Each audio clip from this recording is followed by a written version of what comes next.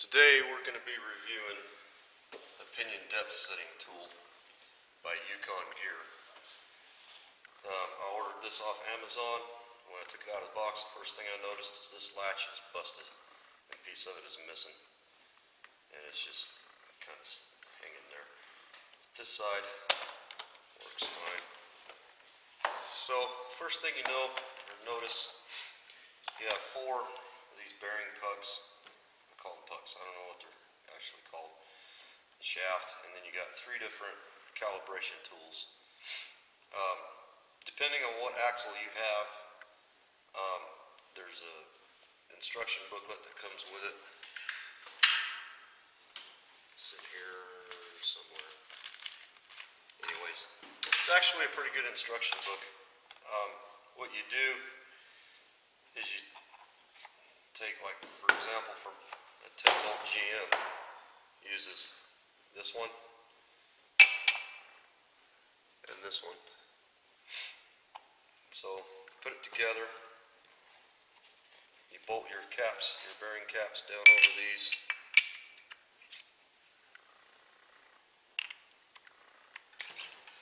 Goes together like this. Then you get your dial indicator. This is not the greatest dial indicator. It has no brand name on it anyplace. So I have no idea who made it. When I got it, the shaft here is really sticky. It wants to try to stick in there. It doesn't move very smooth at all. So I didn't use that. Now the issue is this is probably this could be $100 for a good one. Problem is, if you buy this, you're looking at, I think I paid about $400 for it on Amazon. Usually they're about $475 to $500. You can get a T&D, is it T&D Performance or T&D? I think it's T&D Machine Products, I think is the name of it, that I think would probably be a better kit. It's probably a couple $100 more, but I think it's probably a little bit better machined. This one, when I had it bolted in, this shaft, even if, I put oil on it, lubed it, and you put oil on here before you put your bearing caps on, but it still gets kind of sticky in here. So the way you use it, after you get that bolted in, on GM 10 bolt,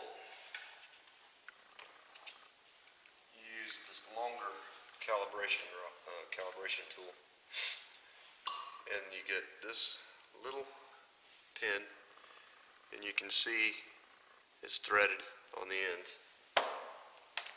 So you take your dial indicator and you unscrew this little tip right here. Unscrew that tip, and you screw this in all the way. Then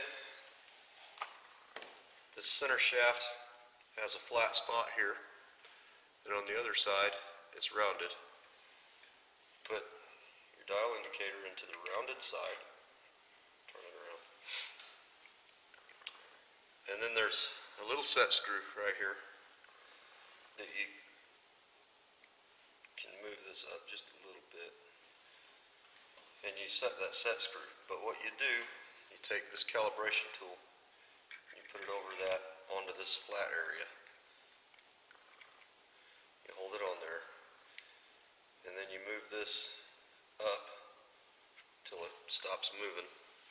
Then you push your dial indicator down, really until it just starts to move.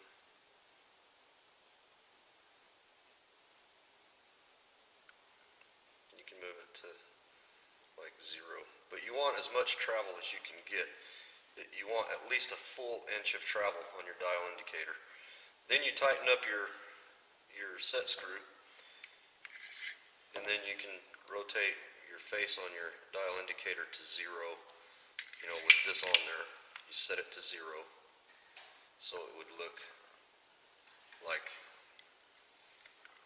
well, this is not easy to do, but you set it to 0, like so. Tighten your set screw, and then all you would do is you take this little flat plate, and it has a magnet on it. So you set this magnet, pretend for a moment that this is your pinion. Set this magnet on your pinion like so, and it'll, of course this is aluminum so it doesn't stick, but it'll stick on there like that. And then you want to position this on your pinion to where when you rotate the shaft here with your dial indicator in it, you want your dial indicator to move it down to its maximum range somewhere in here. You don't want the maximum range right out here on the edge. So you want it to come down to, let's say, 0.985, somewhere in here, and then when it starts to come back towards this back edge, then it'll go back down to like 0.8, 0.7, 0.6. And that's all there is to it. The instructions explain it very well on how to take the reading, how to calibrate using the calibration tool, how to set it up. But it's pretty easy to use, and it seems to be pretty accurate. Now, I used this dial indicator here. It's a Fowler. I already had this. I didn't buy it extra. It came in a different toolkit that I had bought before. In order to use this, there's two things. If you look at these two dial indicators closely, you'll see that this one has just a little bit longer shank here than this one does. This Fowler would barely go in this deep enough to calibrate and tighten the set screw. And also, imagine this is sitting in your axle like this, and you're going to try to rotate it and turn it around. You want to turn it up like this so that it's not in the way while you put your magnet on your pinion. This right here will hit the case of your axle. So you have to I had to unscrew this. And it's just a cover is all it is to protect the shafts coming out the top. So you have to be careful and watch for that. Make sure you don't damage anything by turning it while it's compressed up like this or something.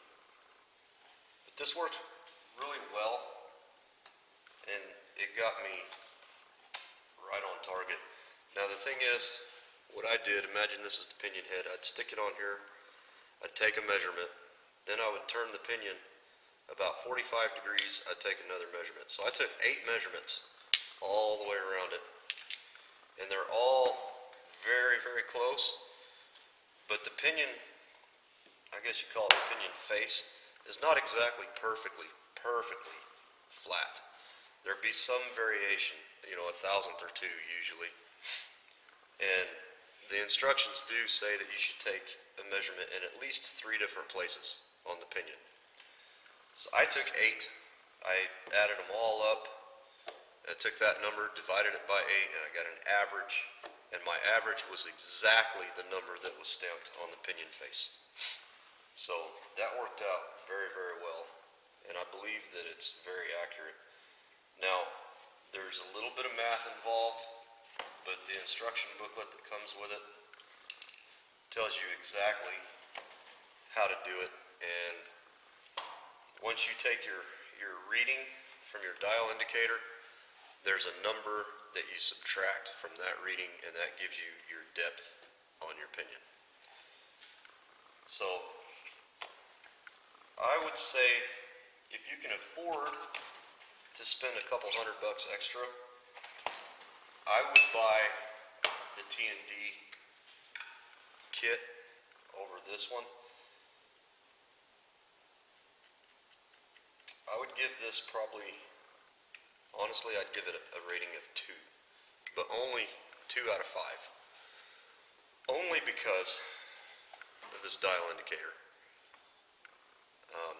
It may be totally accurate, but it's sticky.